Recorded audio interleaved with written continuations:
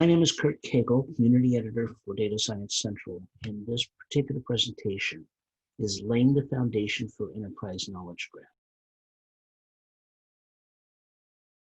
All data out there are signals. The question is basically, can you eliminate or at least reduce significantly the overhead of those signals that you're simply not interested in?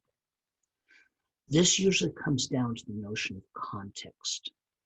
Until you have established some kind of context, all data is noise.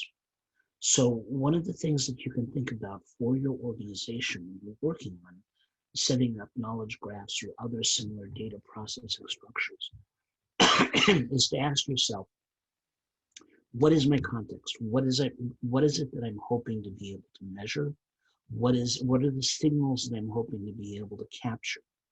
Until you have a clear idea about what those signals are, your ability to be able to do anything will be very highly limited because you're going to spend much too much time essentially working with this notion that the signals, that everything is relevant.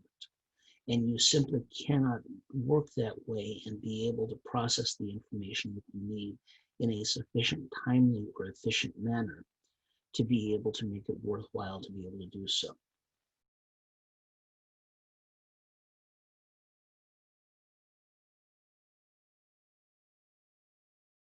And this is significant because when you're dealing with relational databases, one of the big questions that you essentially have is, how do I basically capture the information I'm wanting to do?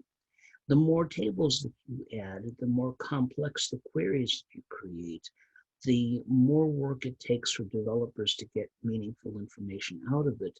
And oftentimes, the more stratified that information becomes.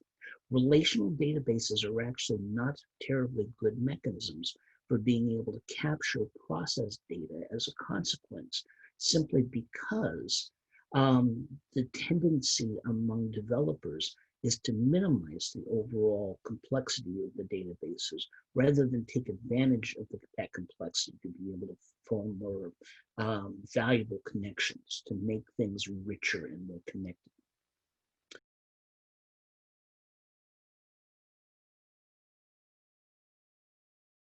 In knowledge graphs, the richer the connections, the more insights can be learned.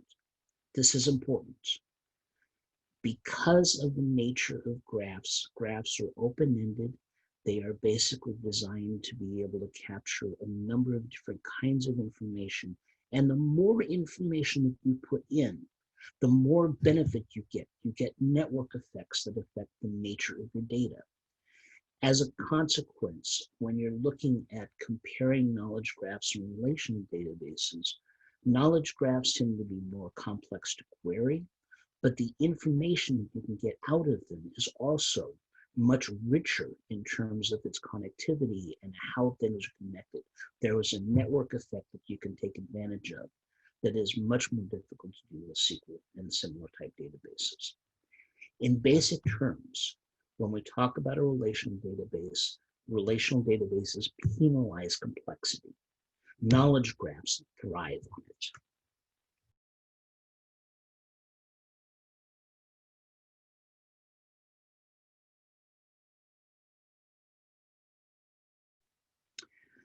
The knowledge graphs in turn make it easier to manage complexity. Data may come in knowledge graphs into knowledge graphs through a variety of formats and structures. They may be obtained from knowledge graphs via query or through masked URLs. So essentially, if I know a resource, I can get it back from a resource identifier. But I can also, and more increasingly, will also get information back from queries. Data may be retrieved from knowledge graphs through a variety of formats and structures. It no longer matters what we need or what we have to use. We can use JSON, we can use CSVs, Excel files, XML, text files of various sorts, YAML. It really doesn't matter.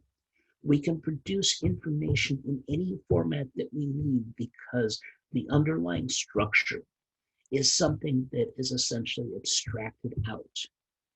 It also means that if set up properly, a knowledge graph can look like a relational database look like an XML database, a JSON database, a web server, or some other more specialized container.